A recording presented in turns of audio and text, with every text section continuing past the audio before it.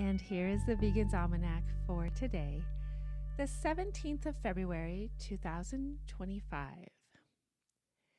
Today is National Random Acts of Kindness Day, but it is also Champion Crab Races Day, a day that is anything but kind to crabs.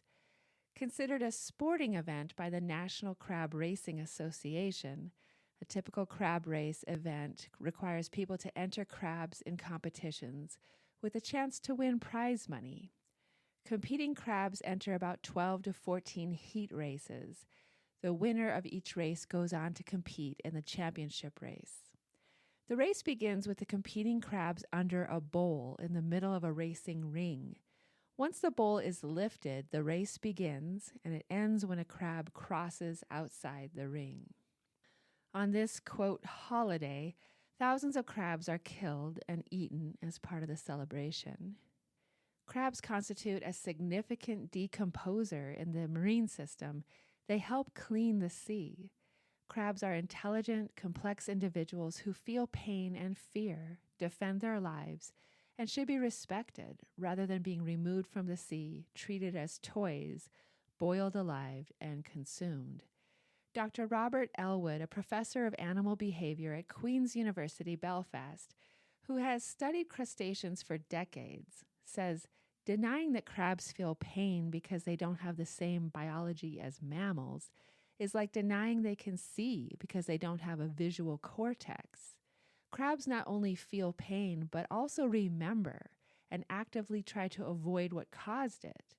They are capable of complex learning and social conformity, have 360-degree panoramic vision, and can be doting parents. There is no kind way to exploit animals for our entertainment. February 17th is also National Cabbage Day. The use of cabbage dates back to 4000 BC, with origins in Asia, specifically North China, and the eastern Mediterranean regions of Europe. In ancient China, cabbage was sold as a magic cure for baldness. Cabbage was used in ancient Rome and Egypt as food eaten before a night of drinking to help with the next day's hangover. By the Middle Ages, it had become an integral part of European cuisine. During the 17th and 18th centuries, cabbage was a staple in many countries, including Germany, England, Ireland, and Russia, where pickled cabbage was frequently consumed. It was also employed by European sailors to prevent scurvy during long voyages at sea. The cabbage made its debut in North America in 1541 with French explorer Jacques Cartier. By the 18th century, it was commonly planted by both colonists and Native Americans. Brussels sprouts, broccoli, cauliflower, bok choy, kohlrabi, and kale are considered part of the cabbage family. Cabbage is a staple in European, East Asian, and Indian cuisine. The versatile cabbage brings a variety of flavors to the dinner table and can be prepared in many different ways, such as pickled, fermented for dishes such as sauerkraut and kimchi, sautéed, stewed, eaten raw. A very good source of fiber and vitamins, cabbage helps lower cholesterol levels and reduce inflammation. Because cabbage is rich in fiber, it improves digestion and keeps the heart healthy as well. Cabbage is also extremely affordable. How do you like to eat cabbage? And here's a poem for today, The Cabbage by Madison, Julius, Cawein. Here's a tale for anyone who wishes.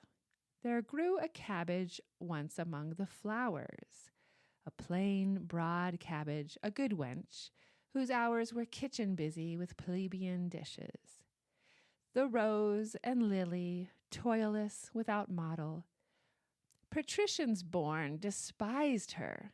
How unpleasant, they cried. What odor! Worse than any peasant who soils God's air. Give us our smelling bottle. There came a gentleman who owned the garden, looking about him at both flower and edible, admiring here and there, a simple sinner who sought some bud to be his heart's sweet warden. But past the flowers and took, it seems incredible, that cabbage. But a man must have his dinner.